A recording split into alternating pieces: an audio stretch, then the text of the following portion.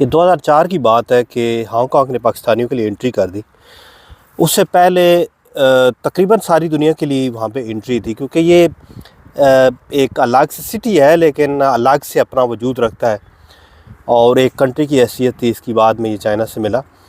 تو وہ ایک ٹورسٹ اٹریکشن کے لیے انہوں نے پوری دنیا کے لیے فری کیا ہوا تھا۔ امبیسیز وغیرہ ان کی نہیں تھی نارملی کسی بھی جگہ پہ، تو اس لیے وہ جو بھی بندہ آتا تھا انٹری لے کے چلا آتا تھا۔ اب انہوں نے بین لگایا صرف 3 کنٹریز پہ، اس وقت 2004 کی بات آپ کو بتا رہا ہوں، ایک پاکستان پہ، ایک افغانستان پہ، اور آئی تھنک ایک نائجیریا تھا، افریقن کوئی کنٹری تھا۔ اور صرف اور صرف وجہ یہ تھی کہ بے قاعدگیاں وہاں پہ، یعنی کوئی وہ لوگ ان ملکوں کے لوگ ان کو فائدے کی بجائے نقصان دے رہے تھے۔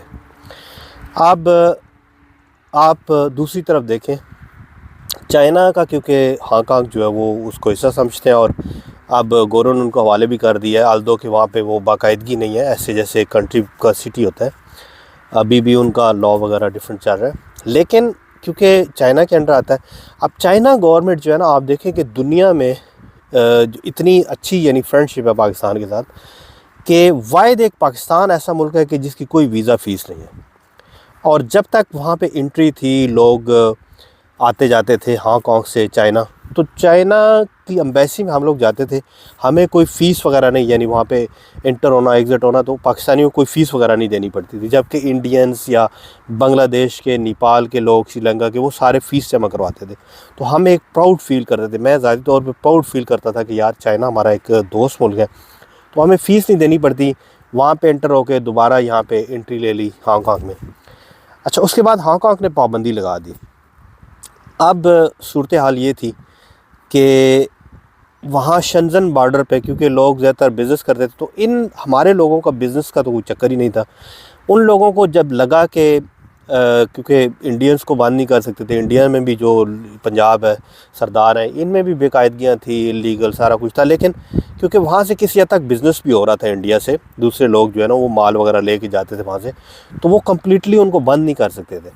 اسی طرح بنگلہ دیش کے لوگ تھے یا سری لنکا کے وہاں پہ کام کرتے تھے لوگ، تو ان کو کچھ نہ کچھ ان سے بینیفٹ ہو رہا تھا، یا وہ امپورٹ کر رہے تھے، ایون افریقن امپورٹ کر رہے تھے، جتنے بھی یہ افریقہ کے غریب ملک ہیں، تو یہ سارے وہاں سے آ کے کافی چیزیں الیکٹرانکس پرانا نیا یہ لے کے جاتے تھے، تو ان سے انہیں فائدہ ہو رہا تھا، انہوں نے کسی کو بین نہیں کیا۔ اچھا، آپ دیکھیں کہ انہوں نے یہ کنٹری 2-3 چنے، اب اس میں جو ہمارا کنٹری ہے مینلی پاکستان، تو ایون کہ وہ چائنا کا ایک اچھا دوست ہے، اس کے باوجود انہوں نے دیکھا کہ اس ملک کا کوئی بھی باشندہ ہمیں فائدہ نہیں دے رہا، سوائے اس کے کہ وہاں سے انٹری لگا کے آتے ہیں، یہاں پہ ریڑیاں چلاتے ہیں، یا ایک مزدوری کر کے، یا مطلب 2 نمبریاں یا کچھ بھی جو ہے جو بھی وہاں انوالو ہوتے تھے، اوور اسٹے ہوتے تھے، یا جا کے اسائلم کرواتے تھے، چھوٹا سا کنٹری ہے تو ادھر جا کے اسائلم کرواتے تھے، اور پھر ایسی لائن وہاں پہ بنتی تھی کہ چند لوگ پہلے گئے، اس کے بعد جناب دھڑا دھڑ ایک یعنی پورا وہ ہانگ کانگ بھرا گیا پاکستانیوں سے، جو بھی جاتا تھا اسائلم، وہ ایجنٹ بھی وہاں پہ کوئی کوریا آگے بھیج رہے تھے، کوئی جاپان بھیج رہے تھے، تو یعنی ایک گندا ہمارا امیج جو ہے وہ بن گیا۔ یہ 20-21 سال پہلے کی آپ کو بتا رہا ہوں۔ اب وہاں سے بارڈر سے جب یہ لوگ چائنا تو پہنچ جاتے تھے، چائنا سے آگے شنزن کے کسی طریقے سے آگے ہانگ کانگ نکلے، اوور اسٹے ہو کے وہاں پہ کام کریں، اچھی سیلری وغیرہ تھی وہاں پہ، تو اب وہ شنزن بارڈر پہ وہی انڈین لوگ یا بنگلہ دیش کے یا دوسرے جتنے بھی تھے، وہ آ کے انٹریاں لگا کے آ جا رہے ہوتے تھے، یہ بکریوں کی طرح ادھر جناب، کوئی ادھر گھوم رہا ہے، کوئی ادھر، کوئی نقلی پاسپورٹ دیکھ رہا ہے، کوئی جناب ڈنکی کے چکر میں ہے کہ وہاں سے کسی طریقے سے شپ کے تھرو ہم نکلیں۔ یہ تو میں آپ کو ہانگ کانگ کی 20-21 سال پرانی سٹوری بتا رہا ہوں۔ اچھا، اس کے بعد ابھی کی صورتحال آپ دیکھیں کہ UAE ہے، میں حیران ہو گیا، آپ یقین کریں کہ جو انڈین ہیں یورپ کے اندر، جن کے پاس ریزیڈنسی ہے یورپ کی، ان کے لیے انٹری ہے سمپلی۔ اچھا، اب بہت سارے پاکستانی بھی ایسے ہیں جو جرمنی میں، فرانس میں، یا مختلف اٹلی میں اور مختلف کنٹریز میں رہتے ہیں، جن کے پاس ریزیڈنسی ہے یہاں کی۔ اب ایسے لوگوں کو انہوں نے انٹری نہیں دی۔ میں حیران ہوں کہ کون سا ایک پاکستانی جو ہے جب انڈین یہاں پہ یورپ میں، جرمنی میں رہ رہا ہے، وہ ریزیڈنس ہے یہاں کا، اور اس طرح پاکستانی ہے، تو انڈین وہاں پہ جا سکتا ہے۔ پاکستانیوں کو انہوں نے اتنا ڈاؤٹ ہے ان کو ڈر ہے کہ یہ یہاں پہ آ کے کوئی غلط کام نہ کرے، یا بھاگ نہ جائیں، یا اللیگل نہ ہو جائے، مطلب مجھے سمجھ نہیں آئی۔